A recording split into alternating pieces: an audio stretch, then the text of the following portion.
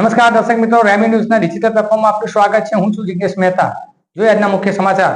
આવતીકાલે રામનવમીનો ઉત્સવ છે, ત્યારે સુરત જિલ્લા બારડોલી ખાતે જિલ્લા પોલીસ વડાની ઉપસ્થિતિમાં ફ્લેગ માર્ચનું આયોજન કરાયું હતું. આવતીકાલે રવિવારના રોજ મર્યાદા પુરુષોત્તમ પ્રભુ શ્રી રામના રામનવમી હોય ત્યારે સુરત જિલ્લા બારડોલી ખાતે હિન્દુ સંગઠનો દ્વારા વિવિધ પ્રકારના કાર્યક્રમોનું આયોજન કરાયું છે.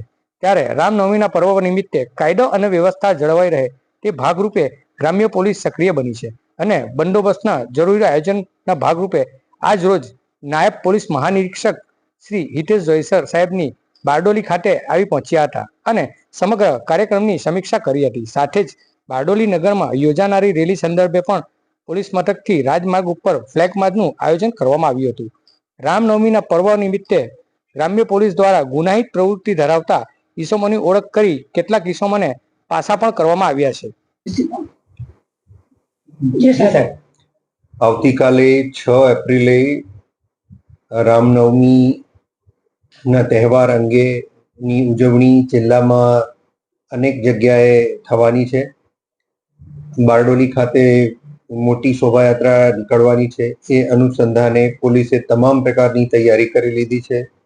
રૂટ્સ સેનિટાઇઝેશન હોય, બંદોબસ્તનું ડિપ્લોયમેન્ટ હોય, SRPનું ડિપ્લોયમેન્ટ હોય, ડ્રોનથી વિડીયોગ્રાફી હોય, એ તમામ પ્રકારની તૈયારી પોલીસે કરી લીધેલી છે. 350થી વધુ પોલીસ અધિકારી કર્મચારીઓ આ બંદોબસ્તમાં જોડાવાના છે. પોલીસે શાંતિથી આ શોભાયાત્રા નીકળે અને લોકો આનંદથી, શ્રદ્ધાના ભાવથી સમગ્ર જિલ્લામાં તહેવારને માણી શકે એને અનુસંધાને અસામાજિક તત્વો જે કોઈ પણ પ્રકારે દખલ કરે એની ઓળખ કરીને એના વિરુદ્ધમાં અટકાયતી પગલાં પણ લેવામાં આવેલા છે.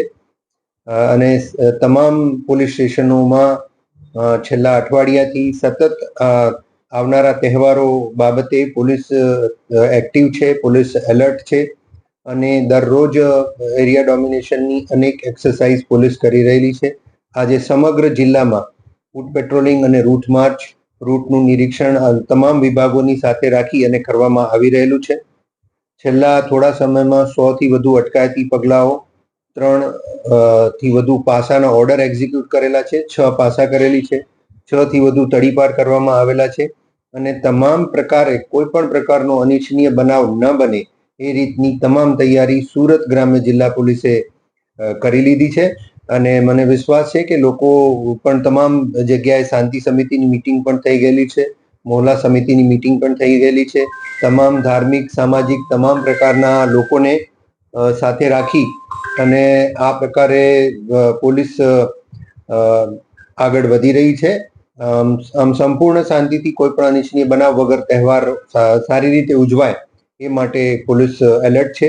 હું આપના માધ્યમથી તમામ લોકોને અપીલ કરવા માંગુ છું કે કોઈ પણ પ્રકારની અફવાથી દોરાવવું નહીં અને કોઈ પણ પ્રકારની સોશિયલ મીડિયાની પોસ્ટને ધ્યાન રાખી અને ગેરકાયદેસર મંડળી રચી ભેગા થઈ અને કોઈ પણ પ્રકારનો ઉપદ્રવ મચાવવું નહીં. અન્યથા પોલીસ કડક હાથે કામ લેશે એ નિશ્ચિંત છે, એમાં કોઈ મત નથી. ધન્યવાદ.